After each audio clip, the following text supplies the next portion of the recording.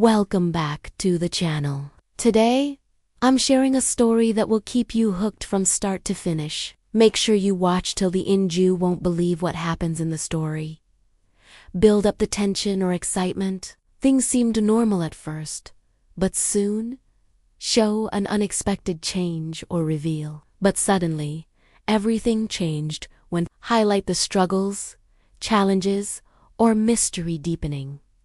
From that moment, the real test began. Intermission, take a moment to hit the like button, subscribe, and turn on the bell because the second half of this story is about to blow your mind. The most intense or exciting part. And then came the moment no one expected. Show how things start to unfold. After everything that happened, the truth finally came out. Wrap up the story with impact and connect it to the audience. And that's how it all ended. Or maybe it was just the beginning. What do you think? Comment below your thoughts. And don't forget to subscribe for more stories like this one. Have you ever had that feeling deep in your gut that something is terribly wrong? That the familiar has become twisted? That's exactly how my week started. It all began with a simple gift.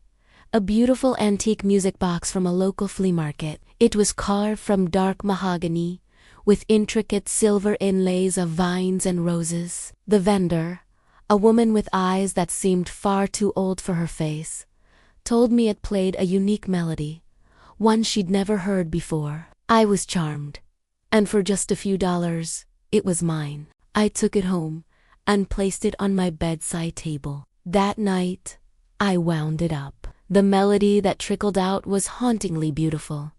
A series of notes that felt both melancholic and strangely familiar, like a half-remembered dream. I fell asleep to its gentle tune, feeling a sense of peace I hadn't felt in ages. But when I woke up, the peace was gone, replaced by a chilling unease. My front door was wide open. Nothing was stolen.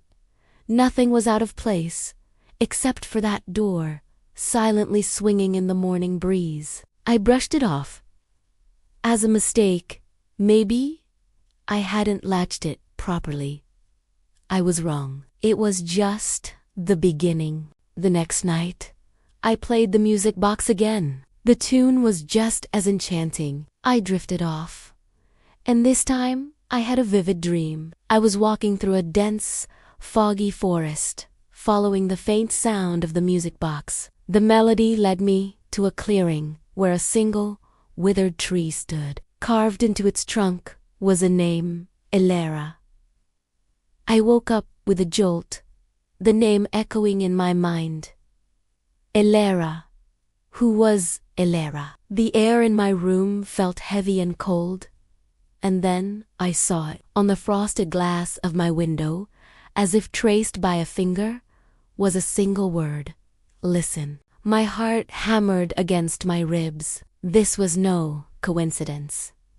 The open door, the dream, the word on the window, it was all connected to the music box. I spent the entire day consumed by a mix of fear and an almost obsessive curiosity. I scoured local history archives online, searching for the name Elera. I found nothing.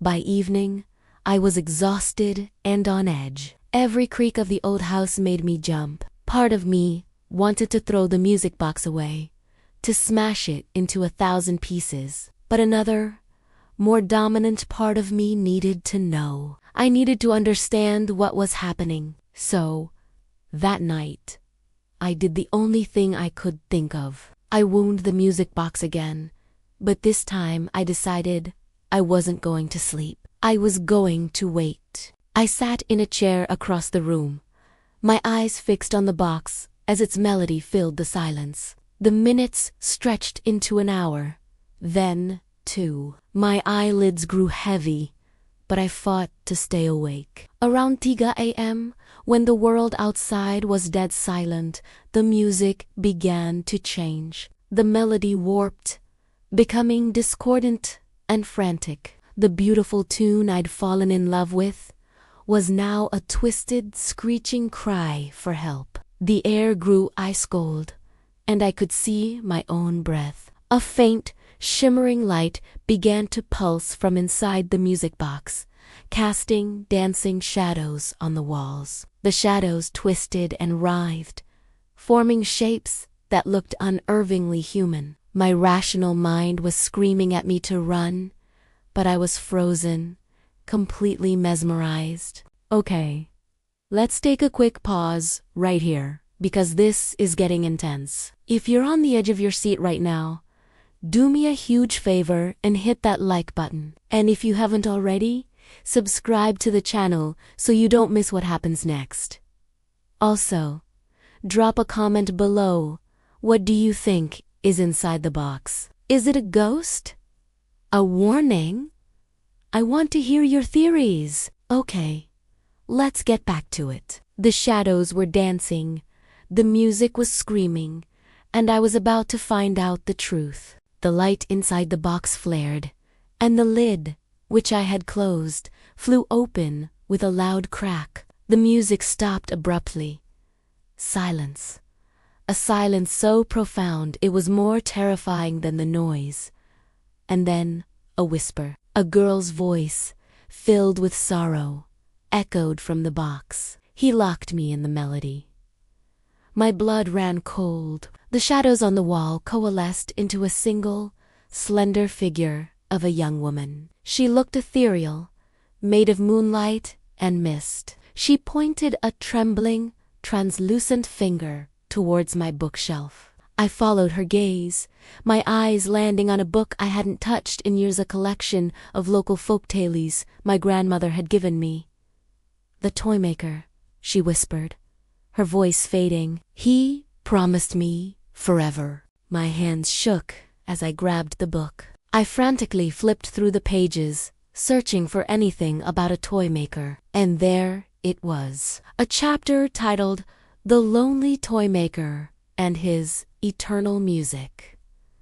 It told the story of a man who lived in my town a century ago. He was a master craftsman, but he was possessive and cruel. He fell in love with a young woman named Ilara, a singer with a voice as beautiful as a nightingale. When she refused his proposal, his obsession turned dark. The legend said he captured her soul, her very essence, and trapped it within his finest creation, mahogany music box, so her song would belong to him for eternity. The story was always dismissed as a local ghost story, a fairy tale to scare children. But as I looked at the shimmering apparition of Ilara and the music box on my table, I knew it was all real. The spirit of Ilara looked at me, her eyes pleading. "He's still here," she whispered, the words barely audible. "He guards his collection."